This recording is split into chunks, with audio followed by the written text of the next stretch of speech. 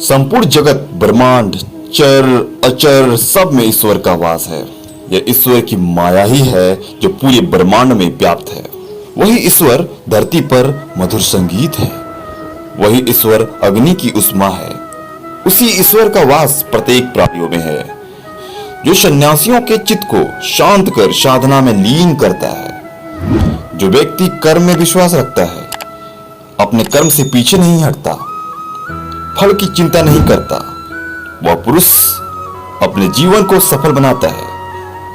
फल की चिंता करने वाला व्यक्ति कभी अपने जीवन में सफल नहीं बन सकता।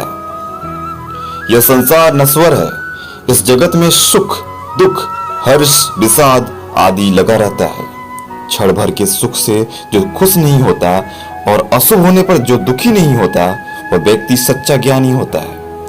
उसे ज्ञात होता है यहाँ सब क्षण भर के लिए होता है, भले ही वह सुख हो चाहे दुख हो।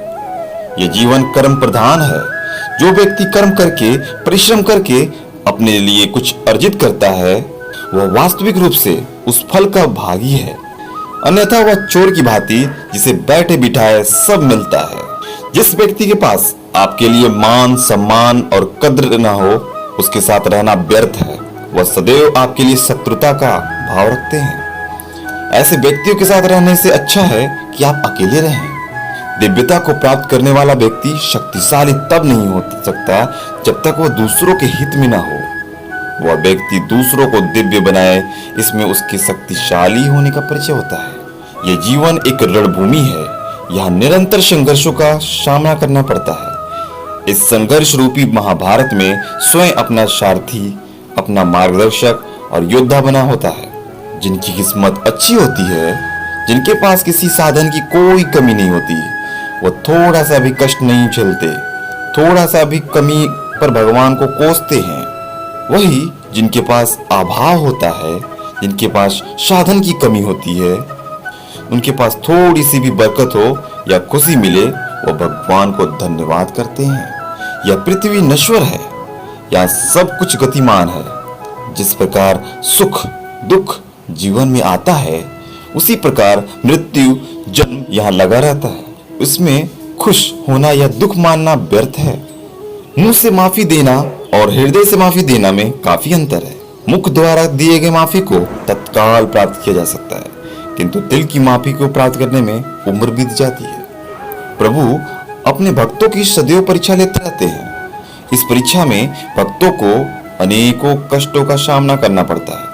सामान्य लोग इसे अपना दुख मानकर पीछा छुड़ाते हैं।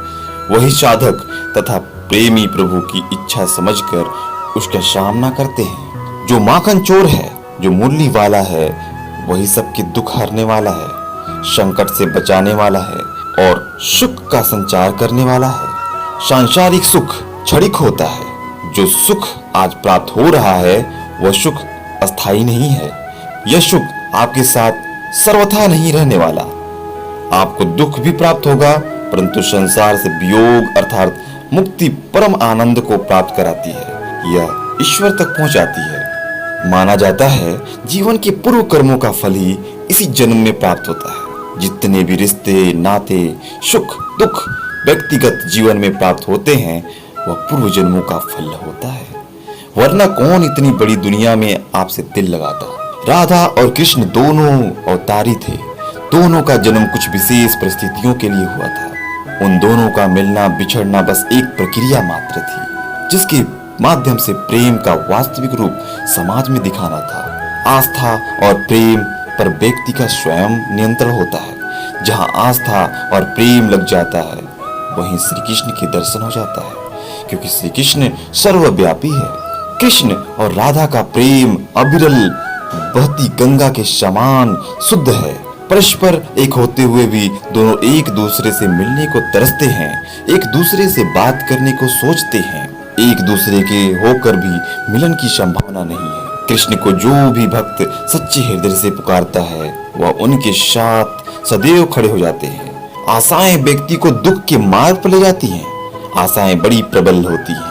आशा अनुरूप कार्य होने पर जहाँ खुशी मिलती है, वहीं आशा के विरुद्ध कार्य होने पर दुख का पहाड़ टूट जाता है। व्यक्ति जीवन में आशा दुख का प्रमुख कारण है। जो लोग यह कहते हैं अपनों के आगे झुकने में बुराई नहीं है, उन्हें भी यह मालूम होनी चाहिए जो अपने होते हैं वो कभी झुकने नहीं देते।